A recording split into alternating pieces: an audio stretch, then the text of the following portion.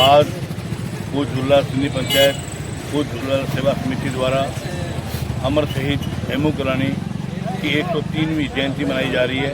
ये जयंती सिंधी समाज पूरे शहर वासियों के नेतृत्व में मनाई जा रही है। आज हमारे अमर शहीद हेमू करानी को याद किया जा रहा है। आज के दिन हमने हेमू करानी मार्ग और शहीद अमर शहीद हेमू करानी के चौक पर पुष्पांजलि कर उनका पिच की सदा याद किया गया और वंदे मातरम नारे लगाकर इस शहर को मैसेज दिया गया कि इस अमर शहीद हेमू करानी की लाइन पर चलकर उनकी सादत को याद रखकर हमेशा अमर शहीद हेमू करानी को याद किया जाए और अमर हेमू शहीद के मार्ग पर चला जाए।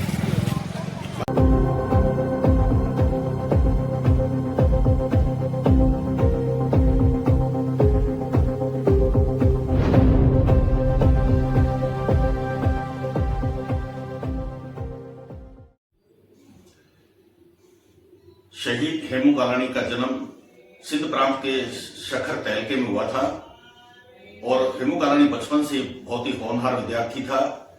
वो तैराकी में भी बहुत अच्छा खिलाड़ी था। देश के प्रति उसमें एक जज्बा था, देश के प्रति अथाह उसमें प्रेम था। उस समय अंग्रेजों का शासनकाल था भारत के ऊपर।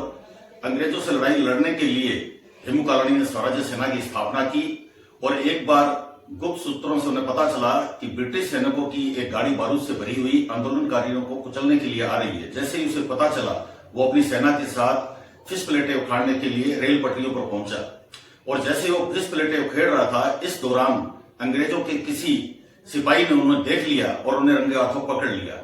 पकड़ने के बाद उनके 3 साथी तो भाग गए, परंतु हेमू कालानी निडर रहा और वहीं रुका रहा, वो भागा नहीं।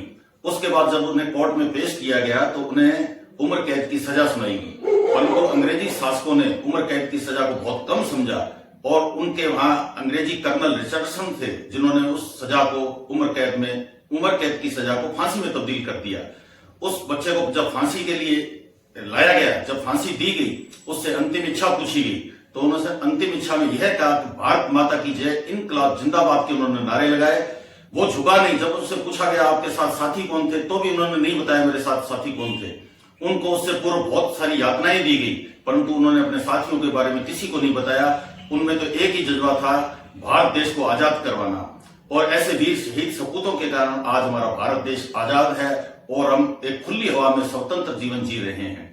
इस तरह से हमें भी इस तरह के शहीदों से प्रेरणा लेनी चाहिए और देश और राष्ट्र के लिए समर्पित होकर एकजुट होकर हमें कार्य करना चाहिए। भारत माता की जय हो, भारत माता की जय हो, वंदे वंदे वंदे। हेमू कालानी अमर रहे, हेमू कालानी अमर रहे, हेमू कालानी अमर रहे, हेमू कालानी अमर रहे।